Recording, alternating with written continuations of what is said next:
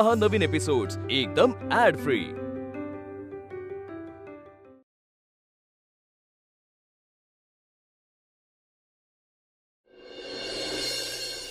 अरे वा, मयूच्या आवडीचा आज नाश्ता आहे आणि ताव आम्ही मारतोय। मला तर वाटतं खाऊन खाऊन पोट फुगतं की काय। थांबा थांबा काका, पोट फुटायला अजून परमिशन नाहीये। अरे पण का? Special dish. वहिनी बाहेर या। वहिनी काय झालं भाऊजी? प्राजक्तानी मस्त गरम गरम ढोकळे पाठवलेत, हे घ्या, सगळ्यांना वाटा। मयूर काय ग, काय झालं? अगं विचार करू नकोस, नवीन दिवस आहे, फ्रेश राहा। हा, चार्जअप हो जरा।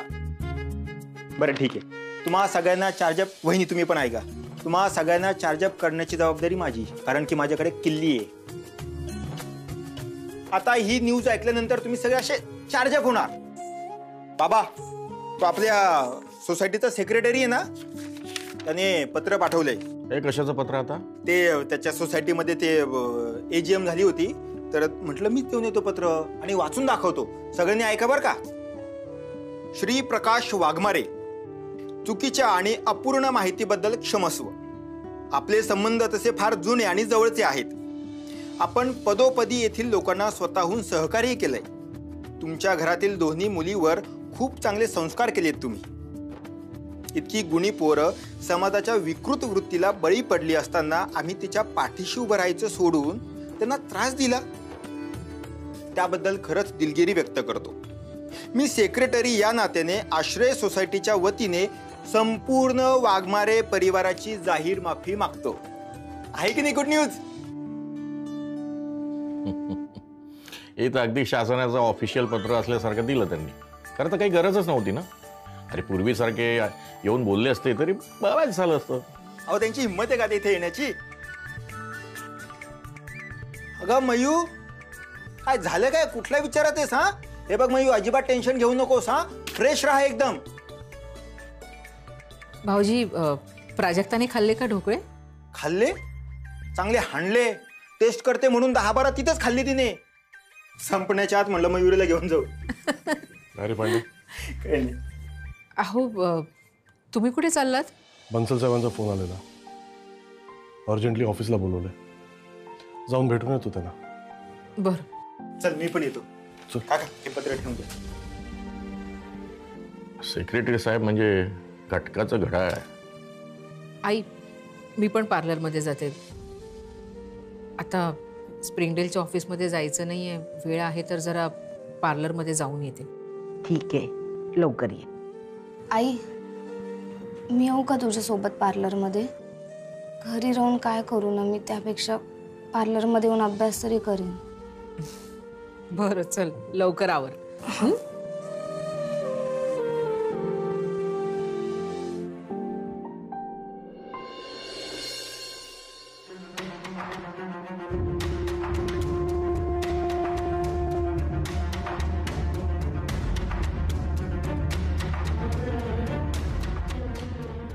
आई, हे सगळं काय आहे? मयू, तू ह्या सगळ्याकडे लक्ष देऊ नको। मयू, अगं रडणं बंद कर। ओ गॉड, मी कालच सर्व फाडून फेकले होते। म्हणजे? अगं काल पण कुणीतरी असेच चिटकवले होते, पण मी सर्व फाडून फेकले होते। हा ना, कुणीतरी पुन्हा आज वात्रटपणा केलेला दिसतोय। मयू, चल आतमध्ये। अगं नको लक्ष देऊ, हा, असल्या फालतू लोकांकडे नाही लक्ष द्यायचं। हे सगळं मयू चल आत ये। काय आनंद मिळतो या लोकांना काय माहित।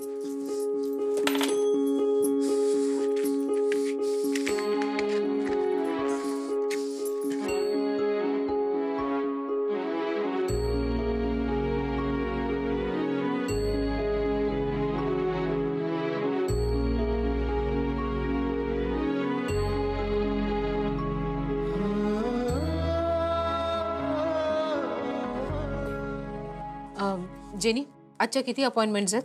अगं एक पण नाही, ऍक्च्युली 2-3 अपॉइंटमेंट्स होत्या, पण हे फोटोज पाहून त्या पण कॅन्सल झाल्या। आई बघितलंच ना, माझ्यामुळे तुला किती लॉस होतोय. अगं काय बाळा असं म्हणतेस? तुला सांगितलं ना ह्या सगळ्या गोष्टींना तू जबाबदार नाहीयेस म्हणून.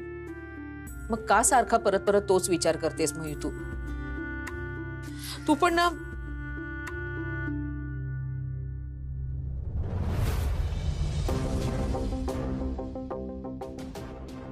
काय हवंय तुम्हाला?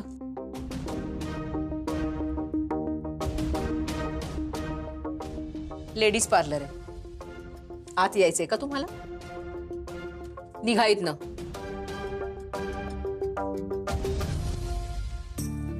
आई मला नाही थांबायचं इथे, मी घरी जाते.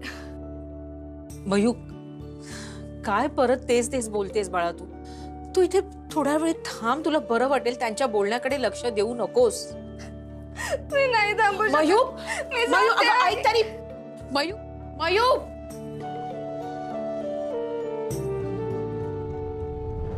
अरे तुम सडनली ऐसे कैसे आ गए? सर सडनली कहा सर?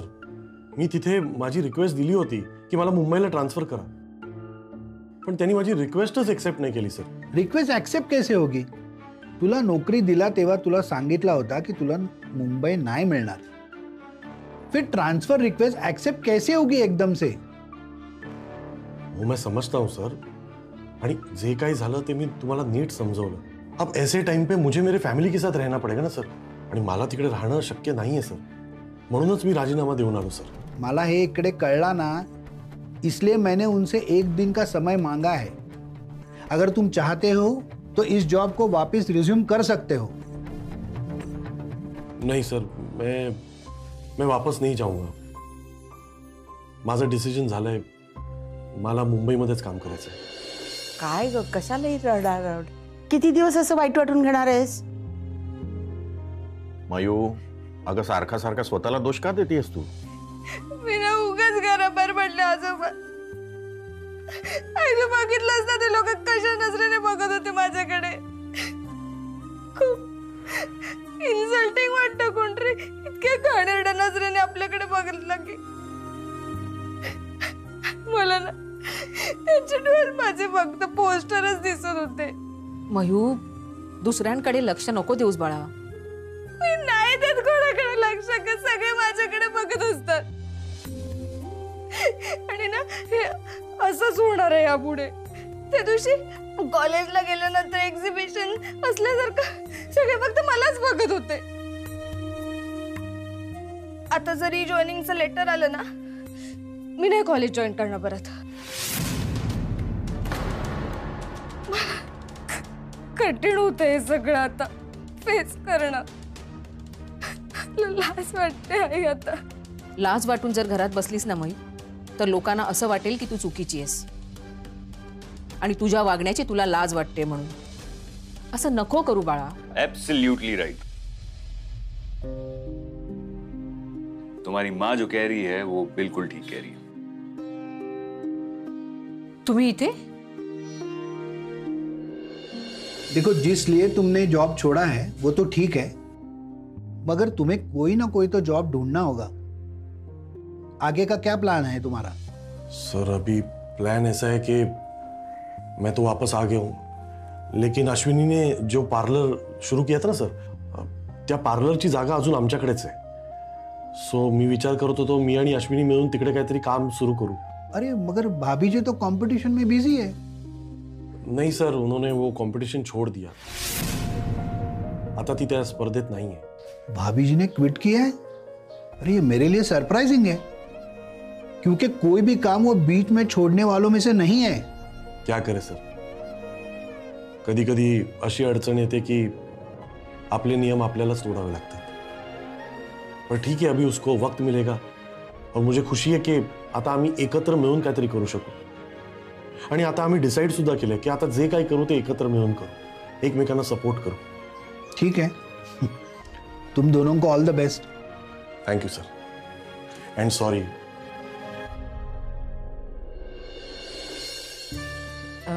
एपी, हे माझे सासरे प्रकाश वाघमारे, माझ्या सासूबाई उज्ज्वला वाघमारे. नमस्ते. नमस्ते. आणि हे एपी अंशुमन पटनायक. आणि ही Tara. Hi. Hello brief girl, how are you? Feeling good? हो सर, लिटिल बेटर. सर नहीं, एपी भूल गई. एपी म्हणजे तुम्ही इव्हेंट हेड ना? या, करेक्ट. नाही, आज आपण पहिल्यांदा भेटतोय, पण मी ओळखतो तुम्हाला. म्हणजे अश्विनी तुमच्याबद्दल घरी सांगत असते ना सगळं. मी तुम्हा लोकांसाठी चहा आणते. नाही नाही, इट्स ओके, आम्हाला काहीच नकोय. आम्ही ऍक्च्युली तुझ्याशी इव्हेंट बद्दलच बोलायला आलोय. अश्विनी, तुमने जो डिसाइड किया है उसी के बारे में डिस्कस करने आया हूं.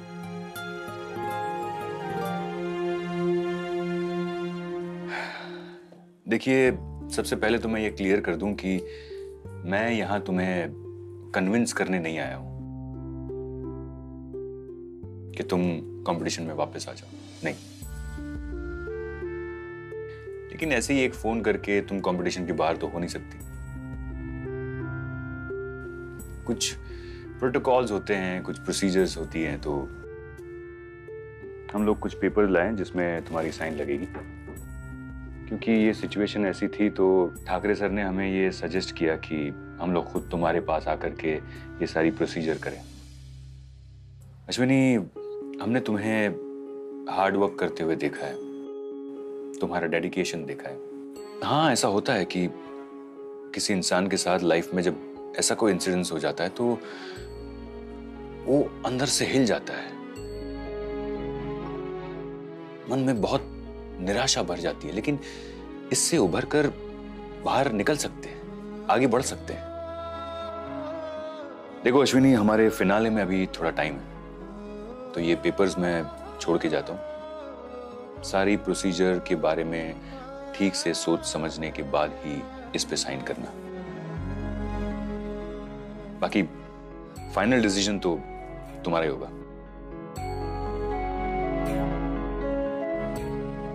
आंटी, मैं एक बात बताऊं आपसे. आप लोग ना बहुत लकी हैं कि अश्विनी आपकी बहू है.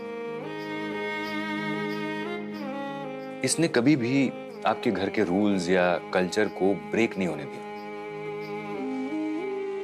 आई एम श्योर आप बहुत प्राउड होंगे अश्विनी पर. हम लोग भी बहुत प्राउड है अश्विनी पर, हम और हमारी company. Mayuri, you are a very good girl. बहुत अच्छी लड़की हो तुम अपने पेरेंट्स का इतना रिस्पेक्ट करती हो, अपनी फैमिली का इतना रिस्पेक्ट करती हो. It feels so nice to see you all in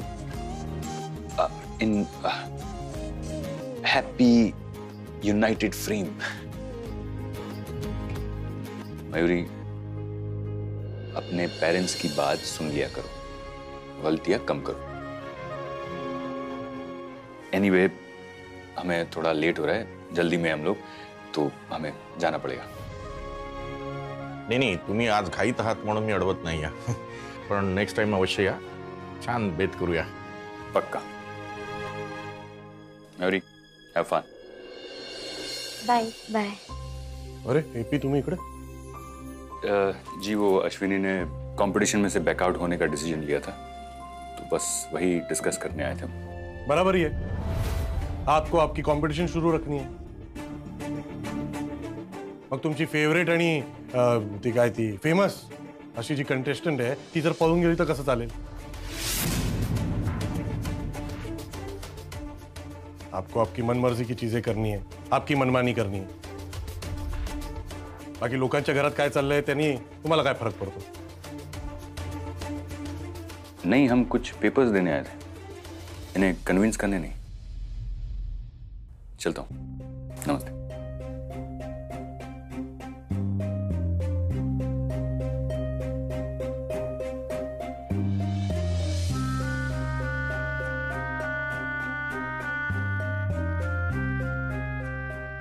अहो, तुम्ही त्यांना असं का बोललात? कसं असं लगेच पोटात दुखलं वाटतं तुझ्या एपीला बोललो म्हणून? श्रेयस, आता ती कॉम्पिटिशनला जाणार नाहीये ना, कशाला उगाच विषय वाढवतोयस? अश्विनी, काय ते पेपर वाचून घे नीट आणि सह्या करून पाठवून दे. बर.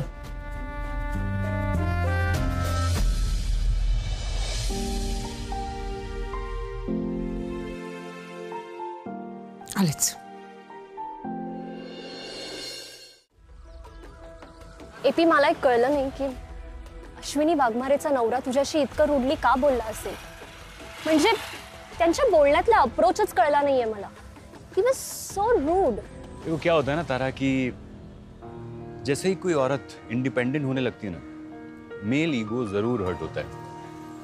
That's a fact. और ये अभी की बात नहीं है, ये पहले से होता आ रहा है. लेकिन ना, अश्विनी के लिए ये जितना ही डिफिकल्ट और चैलेंजिंग है, उतना ही इंपॉर्टेंट भी. और तुम देखना, इन सब से बाहर निकलकर वो कितनी स्ट्रांग हो जाती है.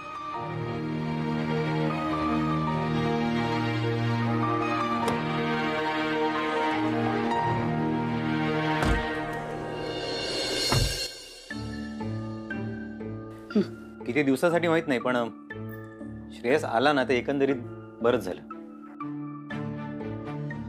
हो, ऍक्च्युली हे सगळं प्रकरण निस्तरलं गेलं ते खूप बरं झालं. नाही ते मान्य आहे, पण विद्युत खरंच सगळं प्रकरण संपलंय का? हे सगळं संपलं असं कसं म्हणते लप्पा? आताशी कुठे त्याला अरेस्ट झाली आहे. आता खरा पोलीस तपास सुरू होईल. जे या केसशी रिलेटेड आहेत ना, त्या सगळ्यांना पोलीस स्टेशनमध्ये रिपोर्ट करावं लागेल. पोलीस त्यांची चौकशी करतील, स्टेटमेंट्स लिहून घेतील आणि मग चार्जेस दाखल होतील आणि मग कोर्टात केस उभी राहील. आणि एकदा कोर्टात केस दाखल झाली ना की मग त्याच्या विरुद्ध साक्ष देण्यासाठी मयुरीला आणि त्या ताईच्या मैत्रिणींना हजर राहावं लागेल. त्या मुलींची सुद्धा साक्ष होईल. ॲक्च्युली प्रोसेस खूप लेंदी आहे, पण एक मात्र आहे, तो मुलगा काय आता सुटणार नाही. पण मग आता सगळंच जर ठीक होतंय तर मग वहिनीने परत स्पर्धेमध्ये भाग घ्यायला पाहिजे असं मला वाटतं.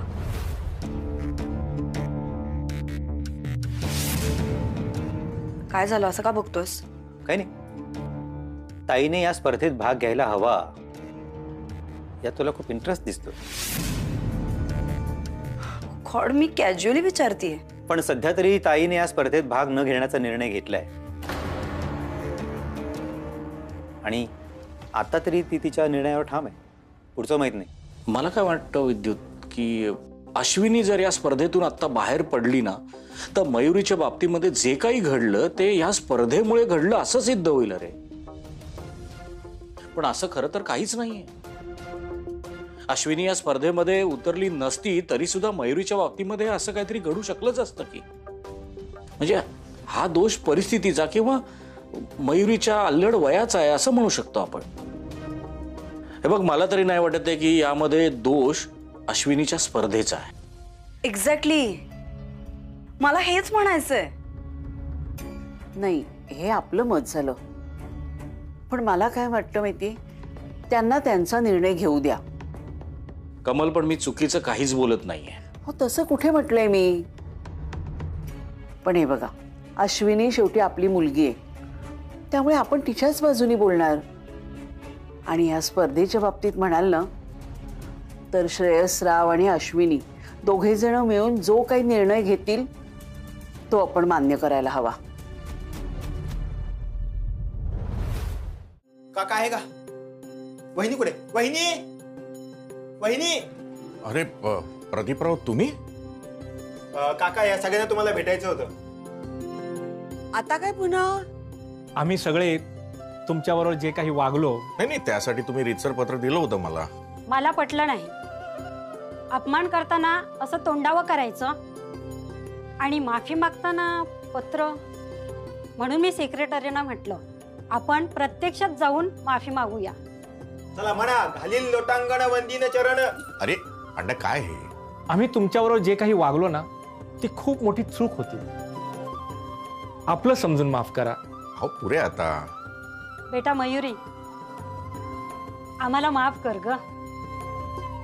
काकू प्लीज. अहो, माझ्या डोळ्यासमोर ह्या मुली लहानाच्या मोठ्या झाल्या. नाही, तसे अश्विनीचे चांगले संस्कार आहेत त्यांच्यावर. एक वेळ जग इकडचं तिकडे होईल, पण या घरातली माणसं असं कधीही करणार नाही असा माझा ठामपणे विश्वास आहे. हो, तुमच्यामुळे आमचे डोळे उघडले. हे बघा प्रकाशराव, मागचं सगळं विसरा. मी तुम्हाला शब्द देतो, आजपासून ही सोसायटी तुमची. तुम्हाला जर आमची काहीही गरज लागली तर सांगा, आम्ही सगळे तुमच्या बरोबर आहोत. थँक्यू. येतो आम्ही. या. चला या. चला चला. ए पांड्या, इकडे. हे काय यांना तू सांगितलंस? नाही, अजिबात नाही. खरं सांग. म्हणजे हा, पण काका ह्या लोकांनी आहे ना असा धडा शिकवला पाहिजे. यांची नांगी आहे ना अशीच ठेचली पाहिजे. ते शाने समजतात स्वतःला. वहिनी, मी काय म्हणतो, आता सगळं आलबेल झालंय. मस्तपैकी झणझणीत मिसळचा बेत करूया ना. हो ना, उद्याच पार्टी करूया. येस. अय्या, उद्या मला लग्नाला जायचंय ना. बरं झालं, उद्याच करूया.